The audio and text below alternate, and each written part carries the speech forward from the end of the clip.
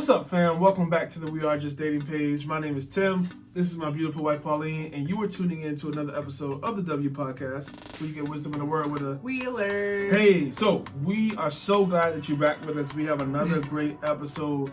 We're talking a little bit about love languages, a little bit about affection, a little bit about how to be with somebody if they're not giving you what you need, or if you should be with them. So we're going to talk about it all. But first, can you do us a favor? Can you subscribe to this podcast? If we have given you value at all from any of our episodes, subscribing to our videos would be a huge help. So make sure you do that, like this video as well. But what is the question for this week? Yeah, so this is a good one. My significant other refuses to give me affection, although that is my love language. Can this relationship still work? There's old Rihanna Future song in my head. Really? I don't know the lyrics that well, so I'm not going to try to sing it because I would mess it up. But He's not very good. It's something about love and affection. I know that. All right. I really wanted to sing, but I'm going to chill. So, my answer is no. Oh, really? Can a relationship work? If this is something you've brought up, like if you've told them, no. If you've told them, like, hey, I need certain things in our relationship in order for me to feel valued, feel good, whatever, and they still have not acted out on that, then relationship to me cannot work. Because to me, that's showing that they have a lack of care and concern for things that are valuable and important to you. Like if I came to Pauline and I told her, hey, it's really important to me when you... she does this with me. She comes to me and says, hey, it's really important to me when I have a clean kitchen. That's really important to me. Dishes specifically. And if I continue to ignore that every single day, I'm showing her I don't care what she thinks. Or what if you say you don't remember? So, yeah, you see it got a little personal, praise God. So, the point of that example was that if you bring up something that is really important to you to somebody you're dating and they do not act on it, that's a red flag. Intentionally. Yeah. If you just got together 3 days ago, like give them some time and some grace to... Right. Like, but if it's been a week, 2 weeks, 3 weeks, and you haven't seen a change in their behavior, they're not giving you affection that you need, then that's a red flag. Now, the other side of this, because affection, that word can kind of mean different things. That word could be different things. You got to check yourself sometimes and like, do you want affection that really should not be had in a godly relationship? Yeah. Not even a dating context or a godly relationship, because some people date and there's a lot of affection going on. So in a godly relationship, are you having a healthy affection? Because you may want him to be all up on you, hugging you, a little too close. I like too close. Hey, you're making it hard for me. If you know what that song really means. So, are you making it hard for the boy? You know what I mean? Like, are you making it hard for him to want to be close to you? Like, he don't need to be all close to you. Like, sometimes it's all right for him to back up. Well, that's like how I like PDA more than you do. You know, and a lot of times, even like if I kiss you in public, I'm like, okay. Yeah, that's just the thing. But I mean, I could say, it's not that deep for me, but if it was, like some people, they're like, I need you to show, like, to act like I'm your girlfriend or whatever, like, around other people. And I think that's a nuanced conversation that you can have with somebody, because you could come to me and say PDA was something that was, like, really important to you. You could tell me, like, hey, I really need that. And I could tell you, hey, that is just really uncomfortable for me to be able to have that type of affection. What if we do this? See, this is the whole thing you got to realize in relationships. There's a lot of compromise that happens.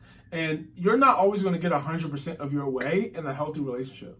So there's going to be things that Pauline wants that she may get, and there's going to be things that I want that I may get. But there's going to be a lot of things that we both want that we got to kind of meet in the middle that will help us both get what we need as close as possible. Yeah, I don't like the word compromise personally. That's all right. It's a word. I like thinking of it as more of like there's your way, there's my way, and then there's our way. Compromise. Whatever. I don't like, because that compromise to me, it has like that connotation that like there's a loser. And like, what do they call it in sports when like a concession? I don't know. I'm not. So why does that? Let's just read the definition since we're here. Compromise, an agreement or a settlement of a dispute that is reached by each side making concessions. Concession. That's why I said a concession. Why does somebody have to be a loser? I don't know. Maybe it's my own personal thing. Pray for me, y'all. But it's fine. But yes, you need to figure out, like, I'm here, you're here. How do we both come here? Concessions. How do we come together? It's not always pulling the person over to where you are, or you going to their side, but it is us. Togetherness. To me, concession is I choose to not get fully what I want in order for us to move forward. I'm choosing us over me. There you go. That's okay, good. I like that. All right, you can go ahead. Yeah, I mean, I think this is a really good question. I think that I have a lot of questions personally for the person who asked the question. Like, what type of affection are you looking for, which is what you asked for, because affection is holding hands, and then affection to other people is, kissing, and I don't know, it can go all different directions. So there's different types of affections, or different types of ways to express affection. Because when you said, my partner refuses to give affection, I'm thinking, like, what does that mean? Like, because to me, affection is not just romantic, it's platonic as well. Like, there is affection that's shown in work relationships, and your relationship with your parents can be affectionate. And even the definition of affection is a feeling of liking and caring for someone or something. So you can have an affection towards your car, or it's a basketball, or like you just really like it and you're drawn to it, and it's something that you're fond of and that you admire. And so I think, but that's not, for you to have an affection towards, your car, you're not expecting your car to be affectionate back to you. So I think that it's kind of like an interesting situation, like choice of words. But I mean, I think that you have to kind of outline what that is. And I'm sure you all have had that conversation about what type of affection that you need, that you're looking for. And if they say no affection at all, like, they won't even hold your hand, they won't say I love you, they're not gonna like rub your back if you're crying. Like, I think that's yes. A little cold. Yeah, you should break up. I feel like that's not the case though, because how did you even agree to be in a relationship with this person if they're not affectionate at all? But yeah, I think that if there's specific type of affections that you're looking for, you have to ask yourself, like, is this appropriate for a dating relationship? Number one. And then number two, is it crossing any of their personal boundaries? Because everybody has different boundaries. Just as Tim had said, like, PDA is not really comfortable for him. It's not that big of a deal for me, so I am able, and we hold hands and stuff, we're not like no affection at all in public, but I think that you have to kind of ask yourself why. So if they say, hey, I'm not comfortable kissing you in front of my parents, then I think you should be okay with that. But I think that if they're like, I'm never going to touch you until our wedding day, as in like holding hands, rubbing your back, like, it's kind of simple things, like, I'm not gonna be affectionate even in my words and like say what I think about you and why I like you and why I'm with you. Because you can be affectionate, gifts are affectionate. It's just an expression. That's what affection is. You're affecting something. You're trying to change it. Or you're trying to have an impact on it. And if that person refuses to do that, then I think they're gonna have a hard time really in any relationships, platonic, romantic, all of them. So yeah, I think that every healthy platonic relationship is affectionate. Even when we think about relationships we've had with mentors, and they're just like, we love y'all, we think the world of y'all, like, that's affection. It wasn't romantic in any way, but if your partner refuses to even call out the good things about you, I think that's concerning. I want to read the definition, because I want to make sure that whoever asked this question, anybody in a similar situation, that you truly know what you are saying when you say you're not getting affection. Yeah. Because the definition is a gentle feeling or fondness or liking.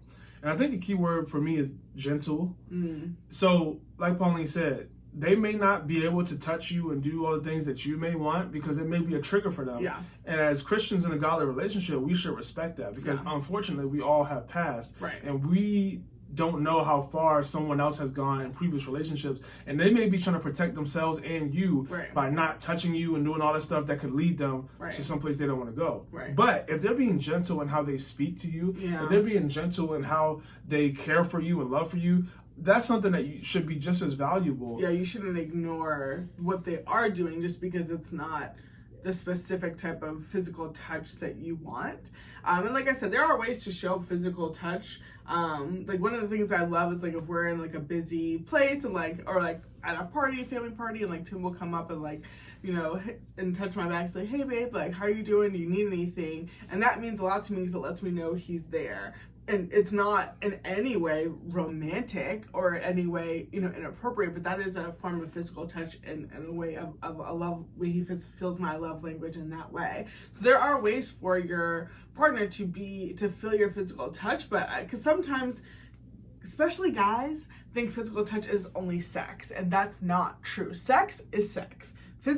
Now sex can fall under the physical touch category, but it is not the only way to fill your physical touch love tank. Especially in dating, you should not be having sex if you are a Christian and if you want a relationship that honors God.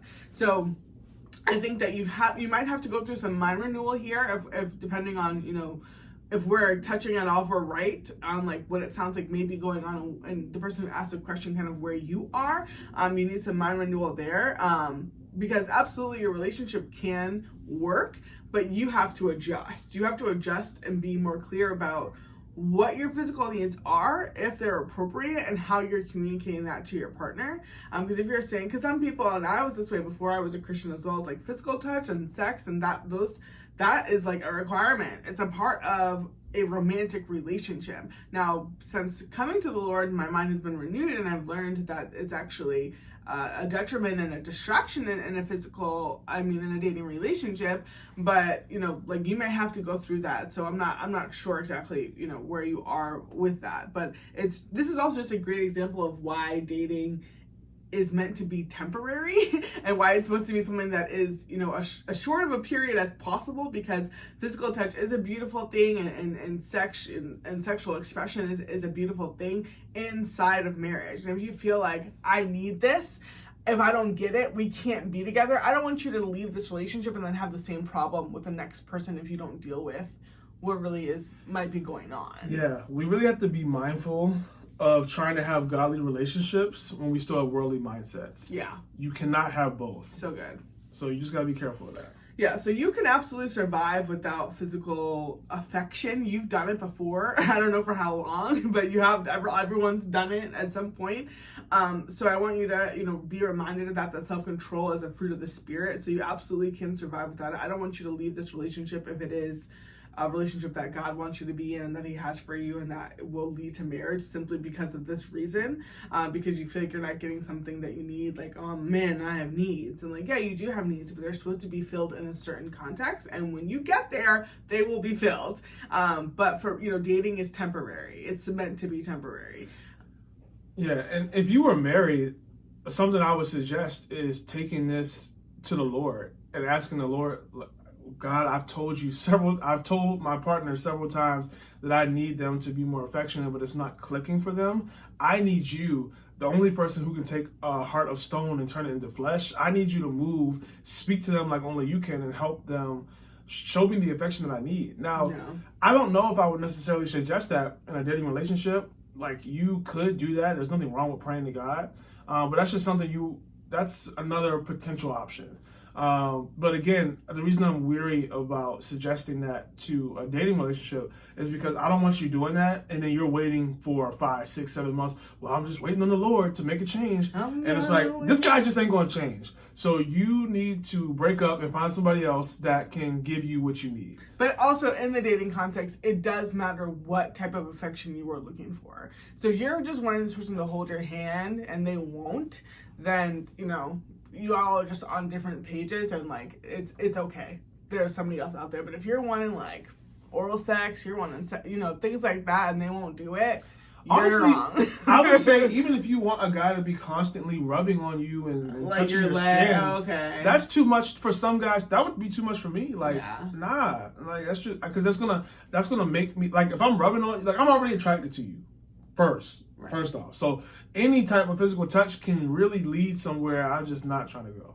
Right. So I think you have to be clear about what it is you want. Is it appropriate? One of you is going to have to sacrifice, because for you that's not a trigger, but for him it is, you are going to have to, decide, okay, well, this is an opportunity for me to exercise self-control. So you may be watching this and wondering, okay, how do I know if what I'm asking is too much? This is where it's good to have community, whether it be godly friends, whether it be a godly mentor, where you can say, hey, this is what I'm looking for in my partner. Is this appropriate? Is this appropriate? For where we are, yeah. And if you've talked to your partners about this before and they've given you their reason why they're not comfortable, then you can share that with the person as well. Like, hey, this is what they've said. And then the mentor or a godly friend or whatever can say, you know what, like, that's actually a reasonable response. Like, you should listen to him and follow that. Right, exactly. Because again, it's all nuances in relationships. Like, there's no clear-cut, black and white answer all the time, and this is why it's a conversation, and context is always needed when we do these Q&As or when we answer y'all's questions. So just giving you some things to think about and hopefully some next steps you can take in order to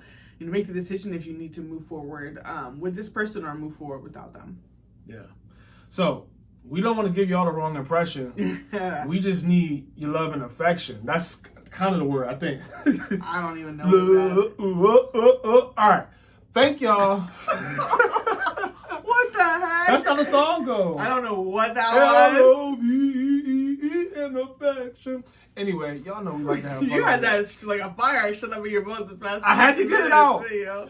So, we like to have fun. We got a little heavy, so I just had to bring some levity. But it rhymed. Remember, use your community that you have. Yes. Use context clues. Use the Holy Spirit. Use wisdom to figure out, is the affection I'm looking for godly or worldly? And that will help you move forward in your relationship. This has been another episode of the W Podcast. We hope you enjoyed it. We'll see you next week. Bye.